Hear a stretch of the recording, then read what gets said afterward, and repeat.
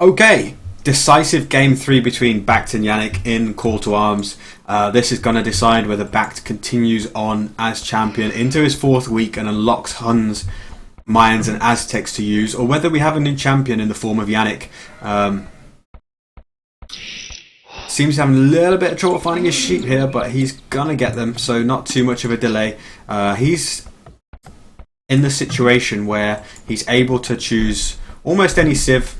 He obviously, as a challenger, he can't use Huns, Mayans and Aztecs, but having only picked 2 civs so far today, he still had lots of good civs available to him, and he's picked Mongols, which is a fantastic choice on this map because it's quite a closed one.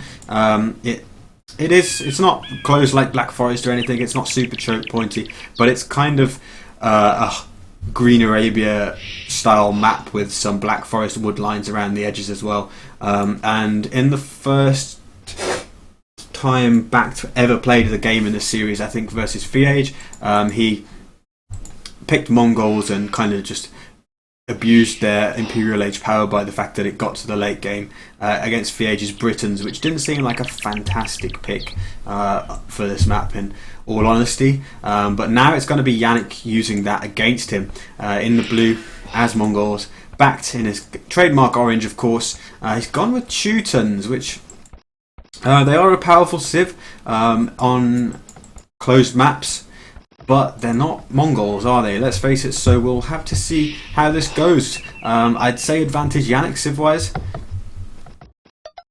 There isn't an embarrassment of resources on this map like the last time, but players with standard resources basically, and then they can push out to find extra ones. There's 2 nice gold spots towards the rear of Janik's map, and if he walls off a lot across the front, I can't imagine he'll do all the way across here, but maybe he would. He'll be able to put those 2 in the back. This is kind of way off in the east, can be contested by either player, but the generation has favoured Janik a little bit, I think. BacT does have quite forward other golds as well, like his main gold's way off to the west, although I guess he'll wall off across here, to be honest, and there. But he doesn't have any extra resources on his side of the map, really. The closest extra resources to him are over here, which are kind of even for both players. Relic wise though, it looks like BacT maybe has a slight advantage in taking the relics. There are a couple either side of his base, and these 2 are in the east are pretty even. But it does feel like quite a large map with lots of space to spread out, but it's interesting how around the players the forests are kind of offering choke points just outside their bases, but then across the middle it's just like an open space.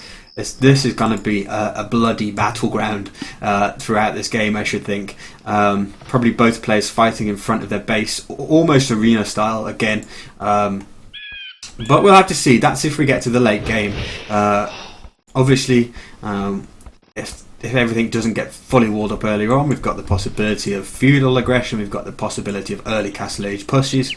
So let's just see how it develops. But I think if you're Janik in this situation, you'll be really wanting this to develop towards the very late game. Yeah, Poxo in the chat suggesting that the Teuton player in this situation might want to opt for knights and monk rushing. We did see, just referring back to Vodka's infamous victory in this tournament of completing all the 6 weeks, if he had a civ which was at a disadvantage compared to his opponent. Oh, I love that. Sorry, I'm just interrupting what I was saying. The deer was going to run all the way back over here, but Janik shot it once with 1 villager and then made it cancel it to run all the way back over here so he could lure it again. That was sick. The little things that these experts do. I don't think I've ever seen anybody use a villager to interrupt the deer going back to where it's supposed to be like that before. But anyway, yeah, just returning to what Vodka said. Sorry, what Vodka did to win Call to Arms. Whenever he had a civ disadvantage, his standard play was to just go super aggressive with knights and siege, even if he had a civilization that had bad knights, and just use that all-out aggression in the Castle Age to win. And a lot of players got caught by surprise by it or just weren't able to defend it. And Teutons obviously have a good ability to push with knights and monks and siege in the Castle Age. So maybe BacT will do that. But he has picked this as his home map, and the last time he played it, when admittedly he did have Mongols, he played it very, very conservatively and passively. But why wouldn't you when you've got the ability to go to the late game and just use your siege against Britons? Both players going to the feudal age quite quickly though.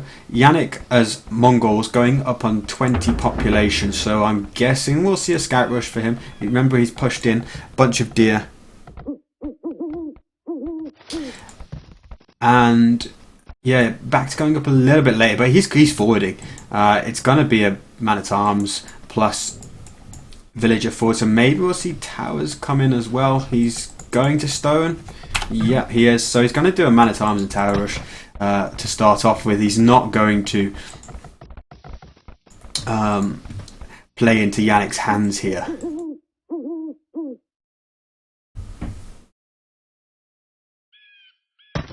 So let's go to Janik's point of view on his fog of war and just see when he detects this. He's got palisades all behind his woodline already, look at that. So he's kind of expecting it when he's seen BacT Civ. And he should be able to respond quickly if the towers comes up in those locations. But he doesn't actually see it at this point, but he sees the villagers just for a moment. He sees the militia. Let's see if there's a response by him. It doesn't seem to be just yet, does there? Put those palisades. Okay, no, he's seen it now. He knows, but the man-at-arms are hitting his woodline. Let's take the fog of war off.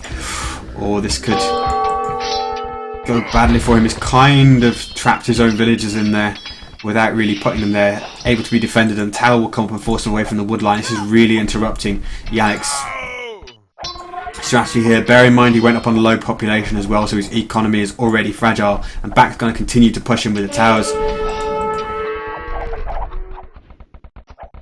This is going to hurt Janik so much because he's gone with the scouts approach, and having his economy interrupted like this, difficult to continue adding scouts to fight against the men-at-arms. Does have the ability to add one tower to try and stop BacT just continually pushing against him, but that second tower is denied a couple of farms there, and this villager almost going down.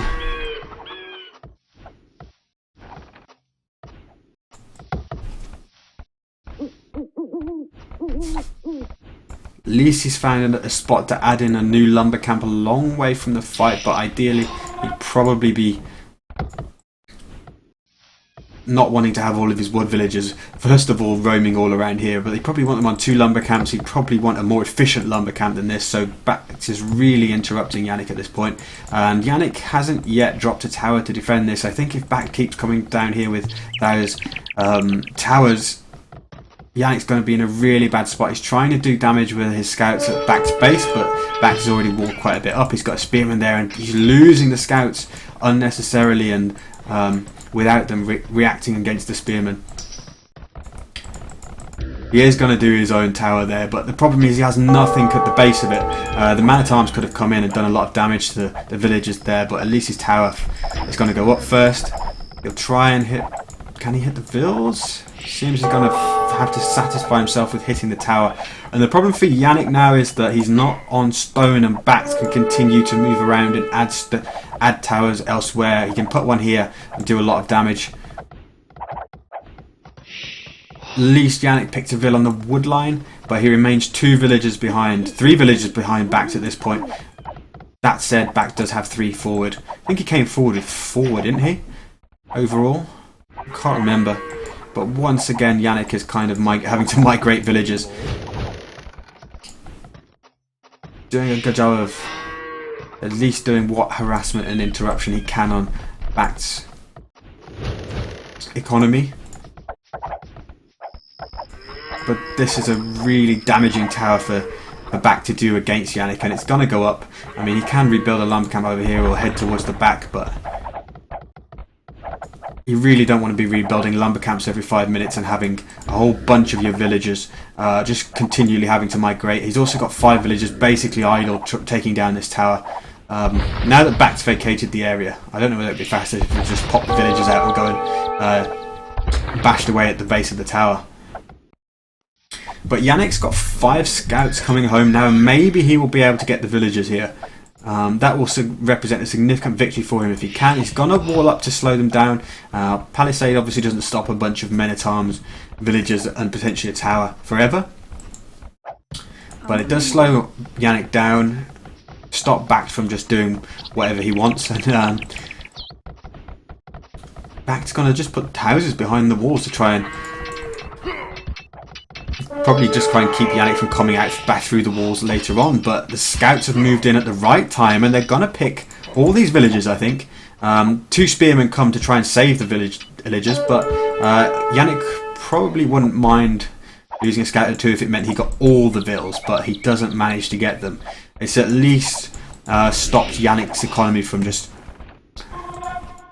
being destroyed by continually having to migrate woodlines, and it's bought him some breathing room. But BacT's still going to continue to put up towers.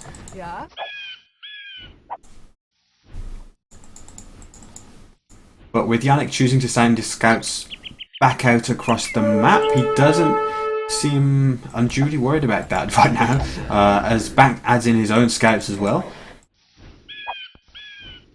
getting wheelbarrow, and he's also, whilst he does that, about 4 or 5 villages ahead. It's only just turned to 4, so BacT's economy looking in better shape now, and he's obviously benefited from that cheaper farms as well earlier in the game. It's looking quite nice for him. It's still a hell of a long way from Castle Age, of course. Food basically empty, but economy probably in better shape than Janik's. But then again, Janik is floating food. He obviously went with the heavy food collecting approach early because he was doing scouts, even if he did get interrupted. Issue for him is woodlines. BacT's going to come in and put another tower here. There's nothing to stop him going there. But at least Janik's on stone. But too late. Wow, these scouts have run in though. I guess this was still open. Fortunately for Janik, there is a spear there, but that's 4 scouts. And this is going to be several villager casualties as the tower comes up as well. BacT's doing such a great job of just being a thorn in Janik's side throughout this game so far. He's going to have to put a lumber camp there, which is it's not ideal, is it? But if he can ride out this aggression and get a foothold in the game, he can reclaim his woodlines with putting up a tower of his own or siege in the Castle Age. So he just needs to get by. I mean, at least he could come over here as well. Fortunately, I don't think BacT could take this woodline away from him too much. Maybe a tower there would, but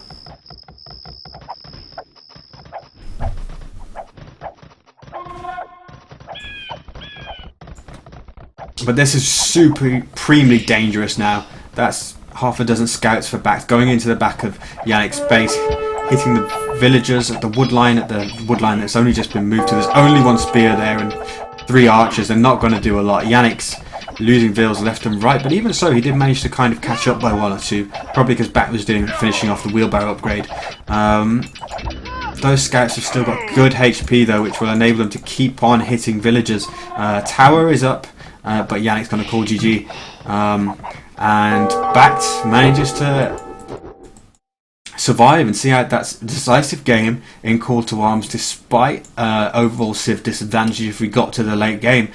Through phenomenally aggressive play, Teuton tower rush backed up by man-at-arms, following up with scouts, and Janik just wasn't able to defend it. He went up with a fast population scout rush, and it just didn't give him the tools to deal with it really, because he lost his woodline. I think his entire wood gathering operation at that point almost instantly, and so much idle time for him, so many villagers going down as well, and he concedes the game. So BacT survives to week 4, and he'll unlock Huns, Mayans and Aztecs to use at a rate of 1 per week in weeks 4, 5 and 6.